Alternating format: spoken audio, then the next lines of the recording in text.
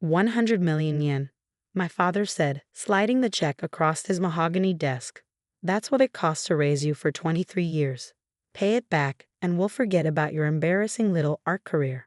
I stared at the man who'd once been Tokyo's most renowned neurosurgeon, taking in his expensive suit, now slightly wrinkled, and the dark circles under his eyes that his designer glasses couldn't quite hide. The office still looked the same, medical degrees covering the walls, family photos arranged perfectly, all featuring my perfect sister May, and that familiar scent of leather and superiority. Interesting timing, father, I said, keeping my voice steady as I pulled out my tablet. Would you like to see what I'm working on now? He waved his hand dismissively. Your little drawings don't interest me, Yuki. What interests me is... I turned the tablet around, showing him the homepage of his own medical center, or rather, what was left of it. His face paled as he read the headline. Prestigious Nakamura Medical Center faces multiple malpractice suits. How did you know about the lawsuits, or about May's gambling debts that you've been covering up? I smiled, channeling the same cold expression he'd worn 5 years ago when he'd thrown me out for choosing art school over medical school. It's amazing what people will tell an artist when they're commissioning work, especially when that artist designs games for the very gambling apps your precious daughter is addicted to. My name is Yuki Nakamura, and 5 years ago, my family disowned me for daring to dream of becoming an artist instead of following the family tradition of medicine. What they didn't know was that their rejection would set me free to become something they never imagined, one of Japan's most successful digital artists, and the architect of their perfect world's destruction. But let me start from the beginning. 5 years earlier. Failure. The word echoed through our family dining room as my father slammed down my art school acceptance letter. You want to throw away generations of medical excellence to draw cartoons? I sat perfectly still, 23 years of conditioning keeping my spine straight despite the trembling in my hands. Around a traditional chabude table, my mother kept her eyes down, arranging her chopsticks with precise movements. May, my older sister and already a rising star in neurology residency, watched with barely concealed satisfaction. Father, please, I started, but he cut me off with a sharp gesture. No, I've indulged your little hobby long enough. Tomorrow you will decline this nonsense and accept your place at Tokyo Medical University, where you belong. I won't. The words came out barely above a whisper, but they might as well have been a shout for the way he shattered the careful facade of family harmony. What did you say? His voice dropped dangerously low. I lifted my chin, meeting his gaze directly for perhaps the first time in my life. I said I won't. I've already accepted the art school offer. The silence that followed was deafening. Then May spoke, her voice dripping with false concern. Father, clearly Yuki is going through some sort of rebellion. Perhaps if we... Be quiet, he snapped, not taking his eyes off me. You did this without my permission. I'm 23 years old. I don't need your permission. His laugh was cold. No? And how do you plan to pay for this foolishness? With the money you don't have? The apartment you can't afford? The connections you've never made because you've been too busy drawing instead of networking with proper people? Each question was a carefully aimed arrow, hitting all my insecurities. But I prepared for this. I have a scholarship, and I've been saving money from my commissions. Commissions? My mother finally spoke, her voice horrified. You've been selling your drawings? Yes, I said, pulling out my phone to show them my online portfolio. I have over 50,000 followers. Companies are already. My father's hand slammed down on the table again, making the dishes rattle. Enough. This ends now. You will accept the medical school placement or you will leave this house with nothing. No support, no connections, no family name to open doors for you. Choose. I looked around the table, at my father's rigid anger, my mother's averted gaze, May's smug smile. This moment had been coming for years, ever since I first realized that the careful lines I drew brought me more joy than any medical textbook ever could. I choose art. The words hung in the air like smoke after a fire, changing everything they touched. Then you are no longer my daughter. He stood, straightening his suit jacket with precise movements. You have 1 hour to pack your things and leave. After that, you are a stranger to this family. May's satisfaction bloomed into full triumph. Father, shall I help her pack? We wouldn't want her to take anything she hasn't earned. I didn't wait for his response. I walked to my room, soon to be my former room, with steady steps, despite the earthquake happening inside me. I prepared for this too. My important documents were already safely stored in a cloud account they couldn't access. My savings were in a separate bank account, and my digital portfolio, the real key to my future, couldn't be taken away. As I packed my clothes and essential supplies, Mai appeared in the doorway. I always knew you'd fail us eventually, she said, leaning against the frame with casual cruelty. But choosing to become a street artist, that's low even for you. I continued packing, not giving her the satisfaction of a response. Your father will make sure no respectable gallery in Tokyo will touch you, right? His influence. His influence is exactly why I'm choosing digital art and games, May, I finally said, zipping up my backpack. The internet doesn't care about family names. She laughed. Oh, you think you're so clever. But you'll come crawling back within a month. And when you do, remember this moment. Remember that you chose this. I shouldered my bag and turned to face her one last time. No, May. You all chose this. I'm just finally choosing myself. My Aunt Kiko was waiting in her car around the corner, just as we planned. Unlike the rest of the family, she'd always supported my art, secretly buying me supplies and encouraging my dreams. As a successful business owner herself, she understood the value of following one's own path.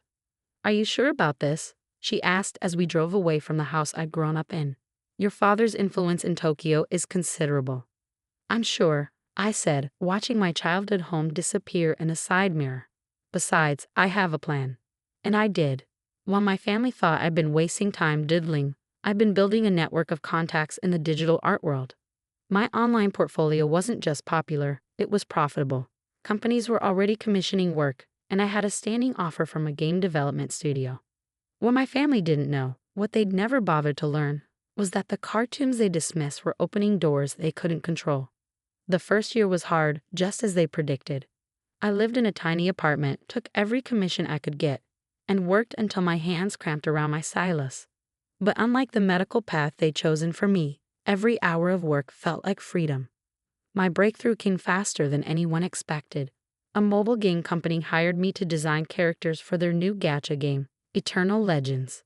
The game went viral and my character designs became internet sensations. Fan art flooded social media, merchandise sold out instantly, and my name, my real name, not my family's, began appearing in industry publications. But success, I discovered, was the best revenge.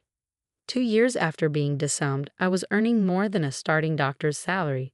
3 years in, my art was featured in a digital exhibition that toured international galleries, including several my father had connections with. 4 years in, I bought my own house, a modern apartment in a better neighborhood than my parents' traditional home.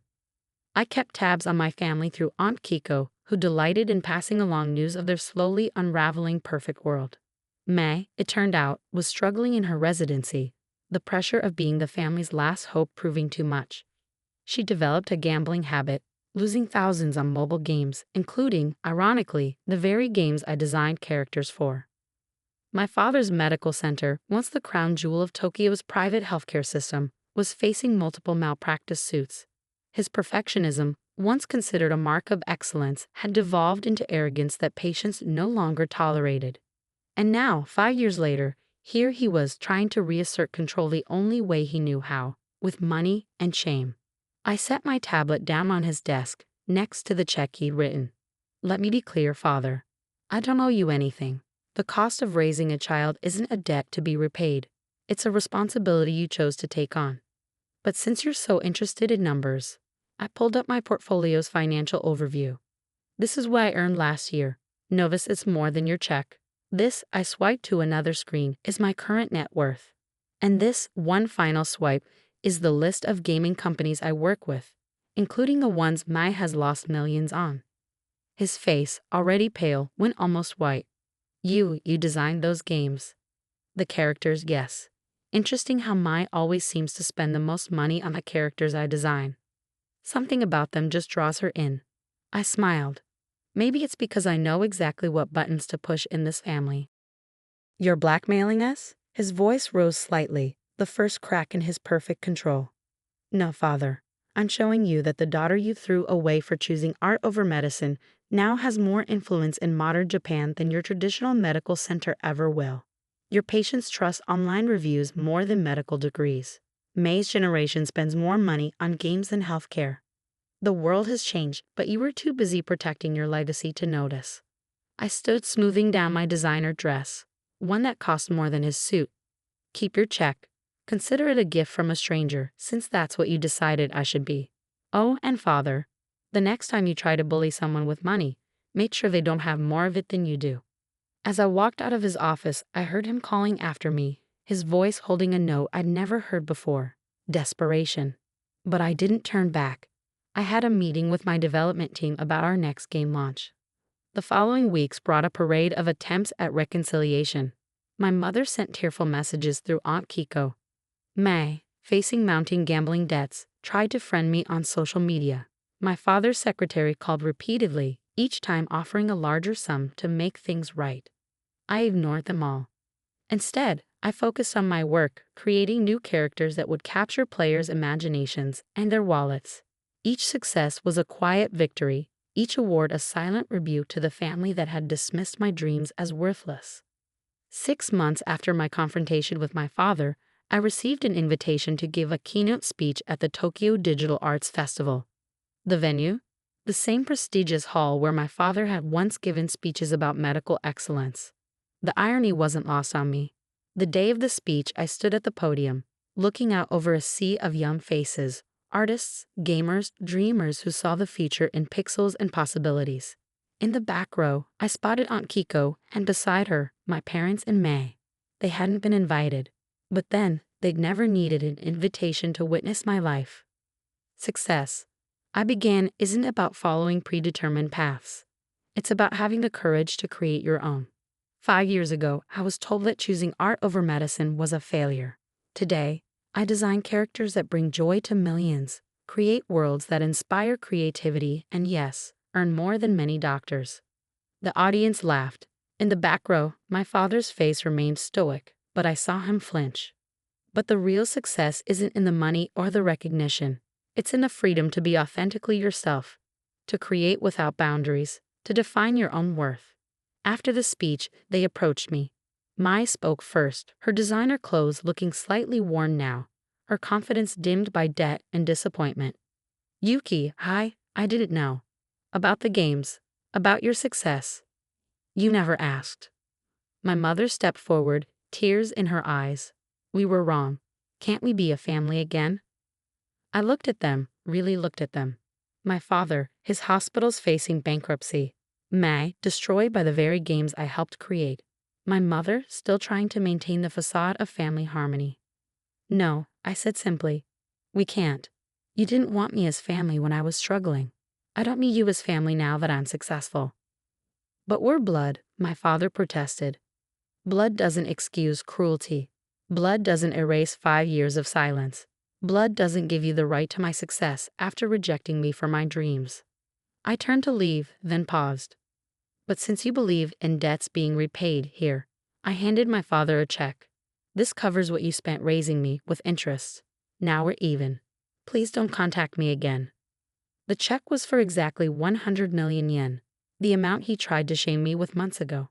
But now was coming from my account, on my terms, severing the last financial tie they could claim. As I walked away, Aunt Kiko fell into step beside me. Was that necessary? She asked gently. Yes, I replied.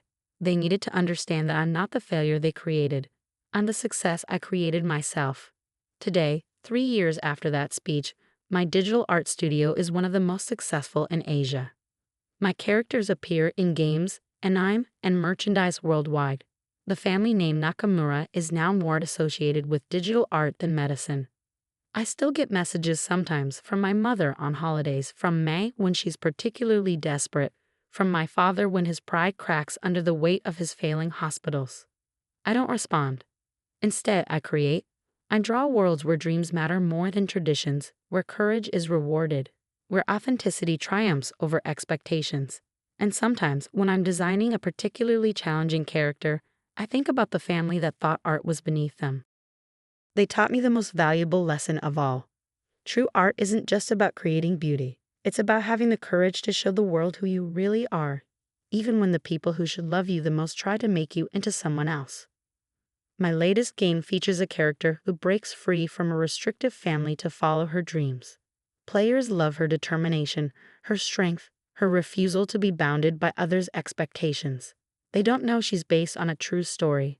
But I do, and every time someone praises her design, every time May loses more money trying to advance in the game, every time my father sees my name in the business news instead of his, I smile.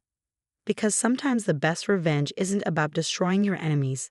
It's about becoming so successful that their attempts to destroy you become nothing more than a footnote in your story of triumph.